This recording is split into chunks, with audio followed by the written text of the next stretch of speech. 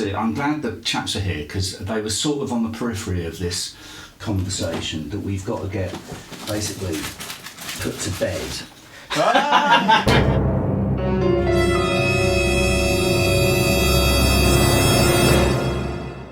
I'm acknowledging that it's after. Don't blame the soy milk. It's wet. It's like a marsh. It is like a marsh. It's not soaked up. It's not soaked up. Look at that. That's like. Yeah, because you'll have eaten it by now. I would love that. What I would do next. What I would do next is I would boil the kettle again because all my tea's already brewing. It's morning time. I boil the kettle again and I hotel room. Pour a little bit just over the top, some hot water. Because in the winter especially, because I don't like eating when it's too cold. Do you? Yeah. No, see, Weetabix, never got on with Weetabix because I just associate it with my mother, who's absolutely obsessed with it. Really? And eats eaten it every day ever since I've known her. What? Just in the morning or just? Just in the morning, or as a What's snack. wrong with everyone's got like a in a snack. But she's normal. She's normal. Eating the same thing every morning. It's normal. Maybe that's why you're so. Do you eat the same cereal every day, every morning? No. What about you? Well, for the past couple of years I have. It's normal to eat the same thing. No, Dan? You see me, don't you? You have toast every morning.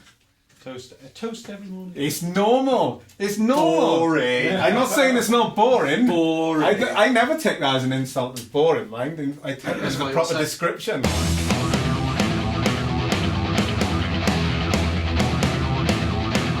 When we did the last album, it was all pretty much written, demoed and recorded before Kscope even heard it, and that was quite unusual for them. Yeah.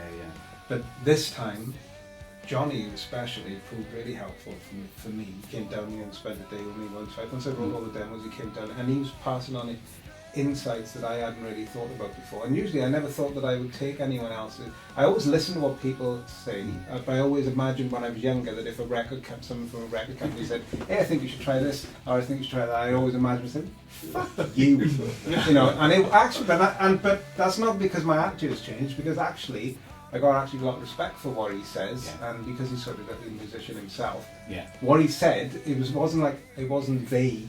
If it was vague, I think this should sound bigger, or or that should sound a little bit more reserved. That'd be different. But he had very specific ideas. And it's also you're here when you speak to people, when you speak to friends and fans and venue promoters and stuff, and you're looking for feedback on your music. You're hearing so many different points of view. Yeah. Whereas if it goes down to just that one crucial point of view. What he would he could do an impression of how I would sing a line, for instance, Right. which I took as an insult in a lot of ways. In that obviously I delivered it in a certain way, which I don't mind. I also got a certain style. But one of the things that he did for me was pointed out that he said that he thought that I had a comfort zone which I sang. Yeah. And that's not strictly true, but there was a range I thought that I sounded better in. Yeah. It wasn't that I was more comfortable singing, I just thought I thought it sounded shit as I sang higher. Yeah. And he encouraged me, he said, no, that's not the case at all. He said, and he pushed me. the envelope. Yeah, he did. And I would argue that he was impartial. I would say it's probably my best vocal performance out of all the records. Yeah, totally. See, I think that's the big difference, is that, because it's interesting when we asked what everybody did, you said singer first. And I spoke to Bruce Sword about this, is that recently he was thinking of himself as singer, songwriter, guitarist in that order, now producer, maybe, remix or whatever. But whereas before he considered himself a guitarist, kind of nerd that sang a bit, and it's become more important to him. Has it become more important to you? Yeah, that's a fair analogy, really. It probably is. Yeah. When it comes to this band, I always describe myself as a guitarist. If you ask me what I do, I would say I'm a guitarist. Well, virtuoso guitarist. I wouldn't go that far. But when it comes to this band, the singing was definitely more. It was like one of the philosophies behind the album that we all agreed on from the start was that we wanted to strip everything back and make sure that just the bare bones of the song, like the melody of drums and rhythm guitar, they were strong enough before adding any overdubs or anything like that they was going to be strong enough to stand on their own. So we ended up stripping back. Like, remember Surrender, the one song Surrender? Originally in its first form, which we considered finished, it was like Rhodes piano based song, there were strings on it, there were all manner of overdubs and guitars, and we all liked it, didn't we? And then I thought, well, I'm going to strip it back. So I stripped everything back to just guitar, vocals, drums and bass, which I know you've got a 4-piece band, so you think that's a full, Yeah. but not us. We always Because you've got all these toys to play with now, And so we it's always the did. temptation. Yeah. And we like putting overdubs together to create textures and things like that. It's not so much that we want a bit of strings there or things like that. We just like creating textures. Anyway, so I stripped this back, and we all you were the only one who liked it, I think. Yeah, I think going through that stage of I like rawness as opposed to like I think I've listened to so much music over the years which is like really overdubbed and everything. I've just gone back to a thing of just liking 3 or 4 guys just playing in a room.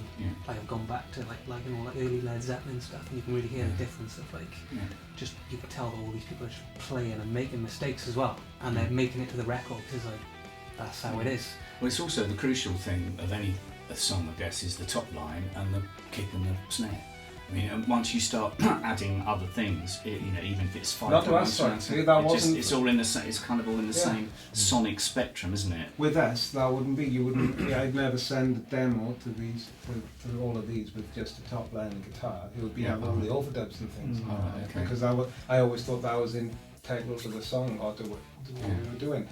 So which is why we wanted to make sure that you didn't like it, did you? You were the one who objected to it at first. I honestly can't remember. I got the WhatsApp thread, mate. I got the WhatsApp thread which shows I it. was just going to say I probably rejected so many things I just can't I think remember. I had a genuine problem with changing anything to start off with.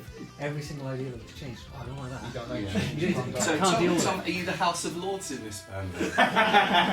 Every man has one. No, I probably wouldn't say that at all. Though I'm just like, obviously I put in my 2 cents and make my opinion, and we just kind of I think we are democratic, aren't we? We do just everyone puts in their bit and and put it to a vote.